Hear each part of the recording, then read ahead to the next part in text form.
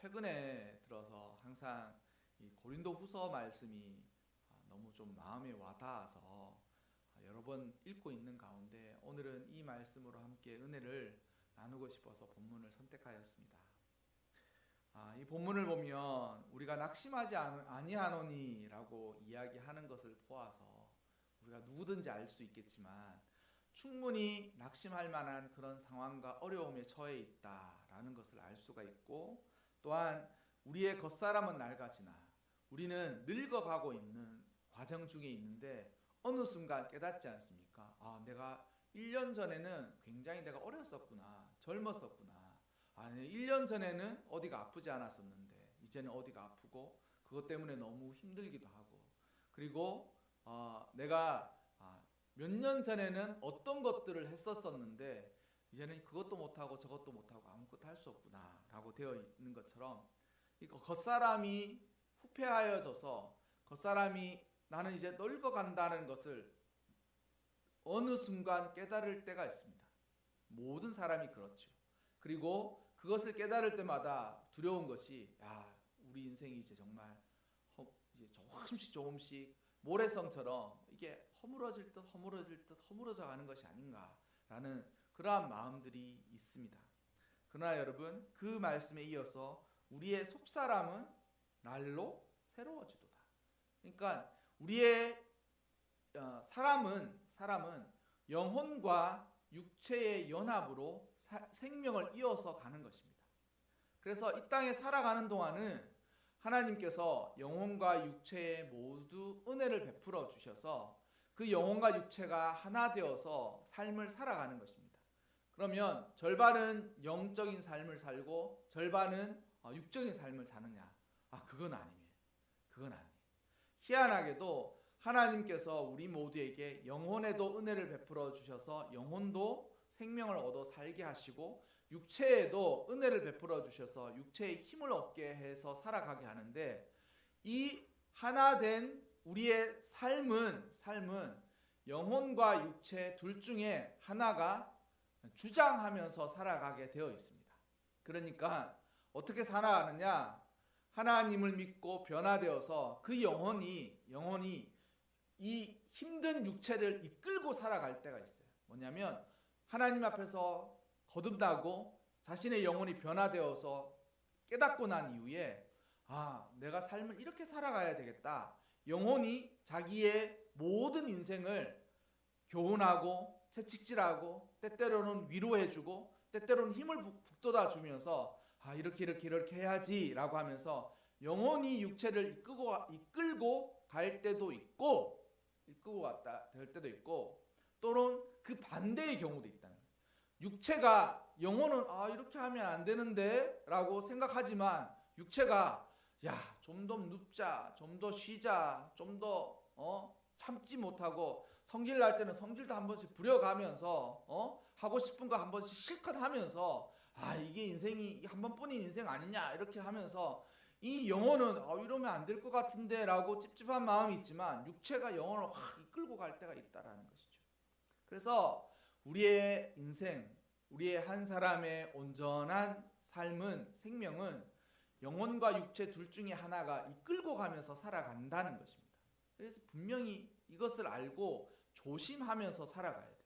무엇이냐면 죽어가는 인생이긴 하지만 그 죽어가는 인생, 그 인생이 어떠한 방향을 향해서 살아가는지는 하나님의 은혜가 공급되는 동안 그 은혜를 따라서 살아가는지, 아니면 하나님의 은혜를 거부하고 내 뜻대로 살아가면서 살아가는지를 이 두 영혼과 육체의 어떤 줄다리기 사이에 우리의 인생이 놓여 있다라는 것이죠. 그래서 이 줄다리기에 영혼 쪽이 승리하지 않으면 위험합니다. 위험해요. 이게 시간차를 두고 그 위험이 도래하긴 하지만 이 둘 중에 육체가 점점 끌고 가는 힘이 세서 이 육체가 영혼을 모든 것을 잠식하고 살아가다가 보면 나중에 이러한 일들이 일어난다. 낡아지는 육체만, 후패하여져서 썩어져가는 육신만 남게 되는 일들이 종종 있다라는 것이죠. 바울이 이야기하지 않습니까?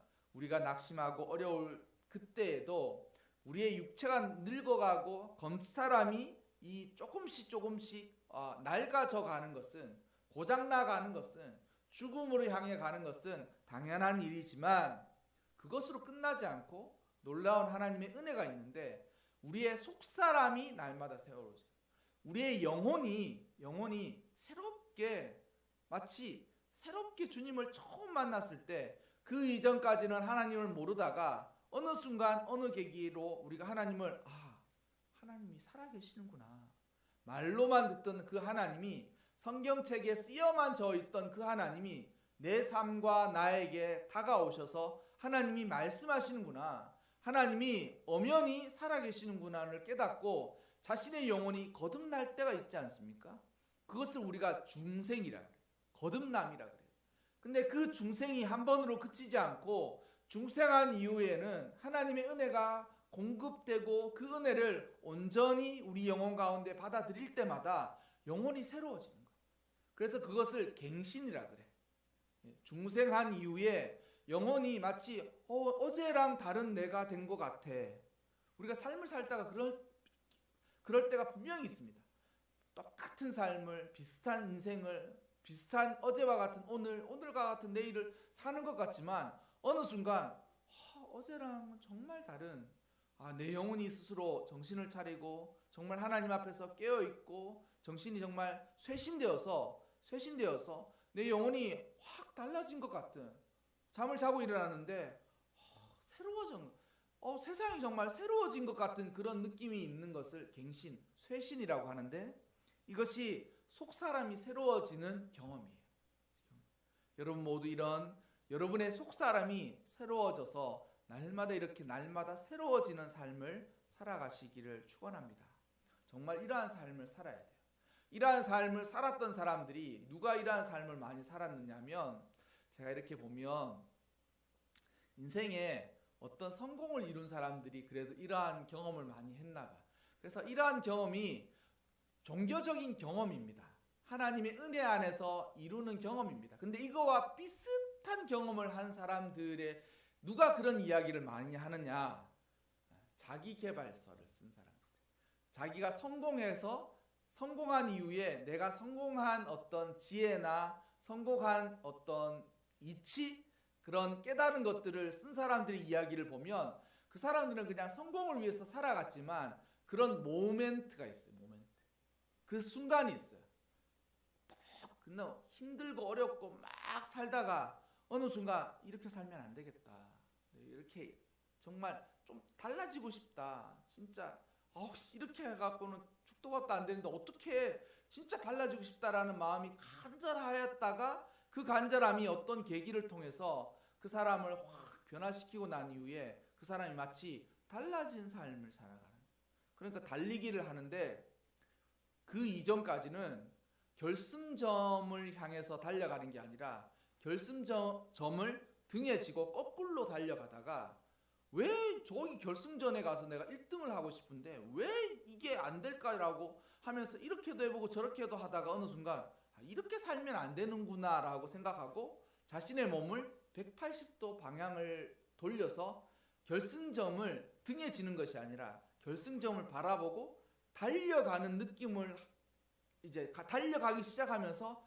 결승점이 가까워지고 이것이 바른 방향이구나 하면서 거기에 다리에 가속력이 붙고, 그리고 어느 순간 100m의 결승점을 통과하고 그 통과한 이후에 이것이 제대로 내가 지금 달리기를 하는 것이구나를 깨닫고 이제는 400m, 그 다음에 1000m, 이제 인생이라는 장거리 레이스에서 승승장구하면서 살아가는 사람들이 그 자기계발서를 쓴 사람들의 그런 느낌과 가장 흡사한 것 같아요. 여러분, 우리의 속사람이 새로워져야 합니다. 우리의 영혼이 날마다 하나님 은혜 안에서 깨우쳐져야 돼. 이것이구나, 깨달음을 얻어요. 그래서 많은 종교들이 이야기하지만 저희 교회도 종교가 아니지만 종교 안에 있지 않습니까? 근데 많은 종교인들이 이야기할 득도라는 말을 많이 하죠. 그게 바로 깨우침이에요. 모르다가 깨우치고 난 이후에 눈이 확 열리면서 이것이구나를 깨닫는 거예요. 근데 여러분, 주님 안에서 이 모든 깨우침이 똑같다라는 말씀을 드리는 것이 아니라 이 하나님을 날마다 깨우쳐서 우리의 영혼이 가려있던 휘장이 확 열리는 것 같은, 막혀있던 문이 확 열리는 것 같은, 자신의 방향이 결승점을 등을 지고 달리는 것이 아니라 결승점을 똑바로 보면서 살아가고자 하는 그런 정렬이 일어나는 그러한 것들이 일어나야 하는데, 저는 이러한 일들이 교회를 다니는 사람들의 제가 체험적인 거지만 고통과 환난 가운데서 이것이 가장 바르게 정렬됩니다. 그러니까 그 사람의 신앙생활은 고통의 크기라고 말하면 그 말이 정확하진 않지만 이것은 정확합니다. 그 사람의 신앙생활은 그 사람이 고난을 대하는 태도에 따라서 그 사람의 신앙의 질과 크기는 결정됩니다. 그래서 그 사람을 알아보려면 그 사람이 힘들고 어려울 때 어떻게 하는지를 보아야 돼요. 그 사람이 편안하고 여유 있을 때는 그 사람의 속사람을 알 수가 없습니다. 무엇이든지 그래요. 누구든지 그래요. 그래서 사람에 대한 평가는 늦춰지면 늦춰질수록 정확하고, 사람에 대한 평가를 할 때에 그 사람이 그러한 어렵고 힘들었을 때에 그 어렵고 힘든 고통을 어떻게 받아들여서 이겨내는지를 제대로 보지 못하면 그 사람의 수준과 그 사람의 마음의 본질을 제대로 깨달을 수가 없다라는 것이죠. 그래서 여러분, 환난과 어려움이 있었을 때에 그 환난과 어려움을 하나님 앞에서 감사해야 합니다.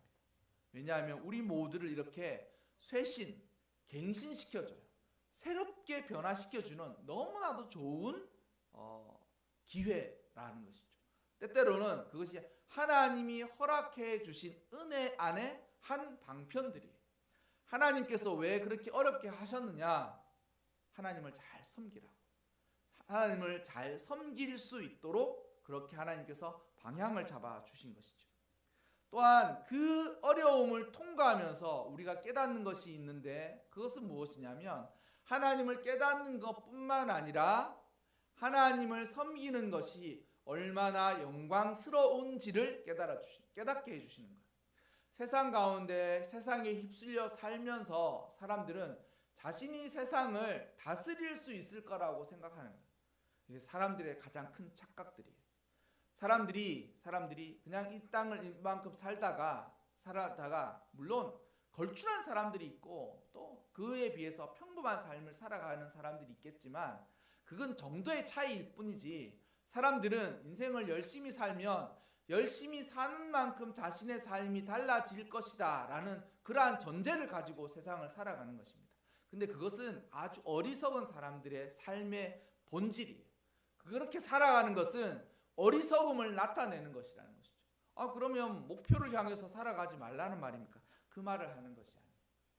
우리가 삶을 살아가면서 우리가 하나님의 영광을 깨달을 때는 하나님 안에서 환난과 어려움을 깨달으면서 이 본질과 비본질이 분리될 때라야 우리가 이 하나님의 영광을 깨닫게 되는 것입니다. 한동안 세상을 살아가면서 돈만 많이 벌면 진짜 돈만 있으면, 요즘은 다 그런 생각을 하죠. 돈이 없는 사람은 정말 집만 한 채 있으면 이 생각을 하면서 열심히 자신의 인생을 꾸려가지 않습니까? 아닙니까? 맞지 않습니까? 그래서 집만 한 채 있으면 정말 삶을 다 꾸릴 것 같지만 집을 한 채 구하고 난 이후에도 사람의 그 마음은 끊어지지 않죠. 그러면 이제 자식도 잘 키웠으면 이런 생각을 가지고 아이들을 키우기 마련이고, 또한 자신의 삶에 있어서도 그 단기간에 또 다른 목표들이 점점 생기죠. 승진해야 된다. 이번에 승진해야 된다. 집을 옮겨야 된다. 어떻게 해야 된다. 그런 생각들을 하면서 살아가는 거예요. 그리고 돈 벌어야 된다. 이러면서 자신이 삶을 열심히 살면서 자신이 삶을 지배하고 정복할 수 있을 것이다 라는 전제를 가지고 살아가는 거예요. 그런데 그 전제를 가지고 살아가지만 그것이 잘못되었다라는 생각을 한 번도 하면서 살아가지 않는다는 거예요. 그냥 모든 사람들이 똑같이 살아가는 그 삶이 잘못되은 것이다 라고 아무도 가르쳐 주지 않고 또한 그렇게 말하는 사람도 없다는 것이죠. 그런데 우리가 환난 가운데서 그제서야 깨닫는 것이 무엇이냐면 세상 가운데서는 아주 영원히 사라지지 않는 본질적인 것과 이 잠시간 있는 듯 하지만 사라질 것 같은 사라지고 마는 비본질적인 것이 이 두 가지가 섞여 있는데 이것을 구분해서 눈에 보이지 않는 것과 눈에 보이는 것을 잘 구분하고 눈에 보이는 것을 잡으려 하지 않고 눈에 보이지 않는 것을 먼저 잡으려고 해야 한다라는 것을 환난을 겪으면서 깨닫게 되는 거예요. 환난을 겪어요. 그래서 그 환난 중에서 내가 인생을 왜 살지? 우리가 이렇게 삶을 살다가 다 끝나는 건가? 이렇게 고통만 받다가 삶이 끝나는 거야? 도대체 사람은 무엇이고 나는 무엇인가? 그제서야 근원적인 그 질문에 우리가 도달하게 되고 거기서 변화가 일어나는 거예요. 그래서 하나님이 우리에게 주신 그 은혜가 그것을 깨닫는 것입니다. 영원하신 하나님은 영원하신구나. 우리 인생은 유한하구나. 그리고 그 유한한 인생 가운데서 하나님께서 은혜를 베풀어 주셔서 보이지 않는 것들이 보이게 되면서 무엇이 본질적인 것인가, 무엇이 영원히 변하지 않는 것인가, 어떻게 살아가야 하는가, 무엇을 향해서 살아가야 하는가를 그제서 깨닫게 되는 거예요. 깨닫게 되는 거예요. 그래서 우리 오늘 읽었던 18절의 말씀이 사실 이 모든 설교의 핵심인데 우리가 보는 것은 우리가 집중하는 것은 주목하는 것은 보이는 것이 아니요 보이지 않는 것이니 우리가 이 마음을 쏟아야 할 것은 눈에 보이는 것들이 아니라 손에 잡히는 것들이 아니라는 거죠. 대신 눈에 보이지 않고 손에 잡히지 않는 것에 마음과 생각을 집중하여서 주목해야 한다는 것이죠. 왜 그러냐? 거기에는 법칙이 있어요. 거기는 어떤 질서가 있기 때문입니다. 왜냐하면 세상에는 보이는 것과 보이지 않는 것이 있는데 세상에는 보이지 않는 것이 보이는 것을 만들었기 때문에 보이는 모든 것들은 보이지 않는 것 때문에 창조된 거예요. 그래서 보면 보이는 것은 잠깐이요. 보여지는 것들은 모두 사라지는 속성이 있어요. 육신도 그런 것 아니겠습니까?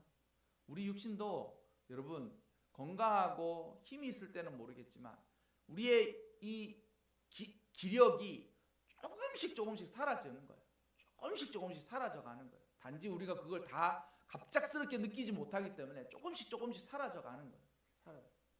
지금 중환자실에서 누워있는 사람과 우리의 차이는 무엇입니까? 속도의 차이만 있는 거예요. 방향이 달라지지 않았어. 그 사람도 죽어가는 거고 우리도 죽어가는 건데 우리의 속도는 아주 조금씩 줄어들어가니까 마치 줄어들지 않는 것 같은 착각을 할 뿐이고 중환자실에 누워있는 사람은 속도가 확 변해가니까 진짜 이것이 사람이 죽구나. 죽을 수도 있겠다라는 것이 아니라 죽구나. 죽는 것이구나. 삶이 영원한 것이 아니구나. 사라지는 것이구나. 우리가 살면서 했던 모든 것들이 다 허무한 것이구나를 거기서 이제 깨달음을 얻게 되는 거죠. 그러니까 여러분 우리 모두가 눈에 보이지 않는 것에 주목하고 눈에 보이지 않는 것에 이 마음을 쏟아서 보이지 않는 것으로 말미암아 지어진 세상이 세상 가운데 우리가 살아가지 않습니까? 이 보이지 않는 것에 집중함으로 이 보이지 않는 것으로 말미암아 지어진 세상 가운데서도 하나님의 뜻은 세상 가운데서도 무엇을 어떻게 살아가야 될지 분명히 깨닫고 살아가기를 원하시는 거예요. 여러분 우리의 겉사람이 날마다 이렇게 늙어가고 사라져가고 소멸되어 간다고 해서 걱정하지 마십시오. 우리의 영혼은 영원합니다. 우리의 영혼은 영원해. 그래서 영원한 모습으로 영원한 모습으로 남는 거예요.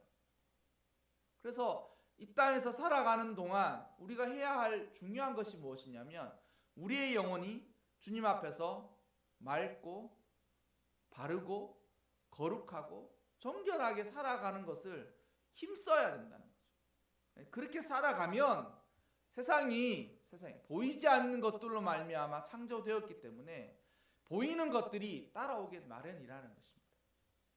여러분, 잠깐 있는 육신과 육체에 있는 모든 것들 때문에 힘쓰지 마시고 그 이전에 먼저 영혼에 집중하여서 보이지 않는 것에 더욱더 힘을 쓰면서 살아가시기를 바랍니다. 또한 겉사람이 날마다 늙어간다고 너무 걱정하지 마세요. 걱정하지 마세요. 우리의 영혼이 날마다 조금씩 새로워져요. 여자분들이 항상 제일 좋아하는 말이 이거예요. 날마다 조금씩 어려져 간다. 날마다 조금씩 어려져 간다. 너무 좋죠. 하루 탁 자고 일어나면 눈에 아주 띄지 않을 만큼 조금씩 어려져 가는 거예요. 그럼 뭐 세상에 진짜 그런 약이 있으면 뭐 목숨을 팔아서라도 사고 싶지 않습니까? 근데 우리의 영혼이 그러할 수 있어요. 우리의 영혼이 보다 젊고 아름답고 은혜롭고 활기차고 또한 모든 일들에 은혜와 믿음 안에서 굳건하여져 갈 수 있는 것은 우리의 영혼이 그러할 수 있다라는 것입니다. 할렐루야.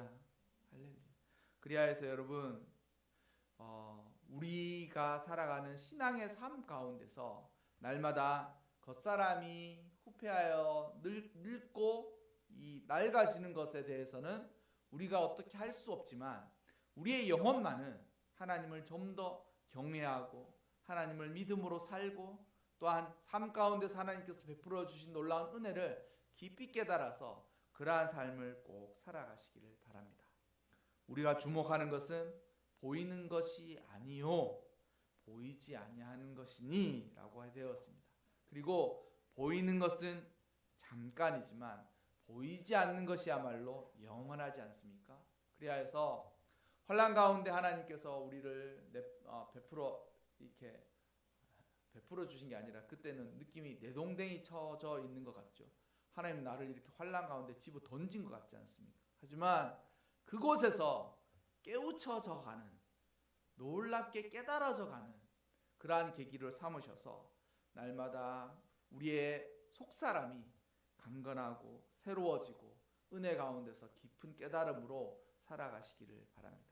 그리하여서 주님을 만나기 직전이 우리 인생에 날마다 늙어가게 세월이 지나가고 한 살씩 더 먹어가겠지만